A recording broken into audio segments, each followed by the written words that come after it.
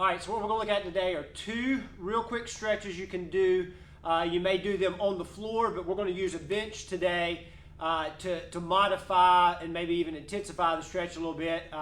Maybe even changes the angle of the stretch a little bit so that you may feel or get a different sensation or a way to improve that stretch to going forward. So looking at the two stretches, one's going to be a pigeon stretch. So you may do the pigeon in the floor where you cross one leg under the other and go there. But today what we're going to do is we're going to use a bench.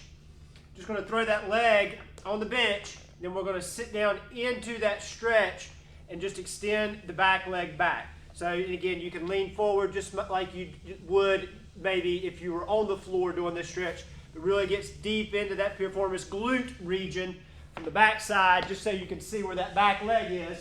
Throw it up there, and now getting that nice deep stretch in that glute region, again in that piriformis region. So that's a good way to up your game on the pigeon stretch.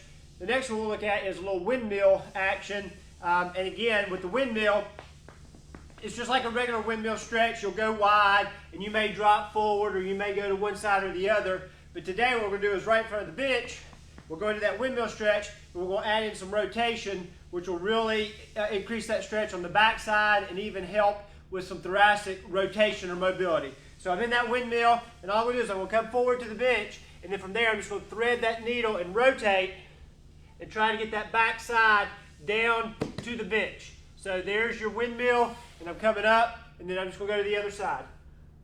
So it's a good way to change up that windmill stretch, which normally you would do here, and maybe even do a forward fold into it, or you may do like a little windmill and go from side to side. But it's a good way to open those adductors and hit the thoracic spine. So two quick stretches. You can use a bench to change up something you may already be doing. Give you a couple different options to try with those stretches. Check it out.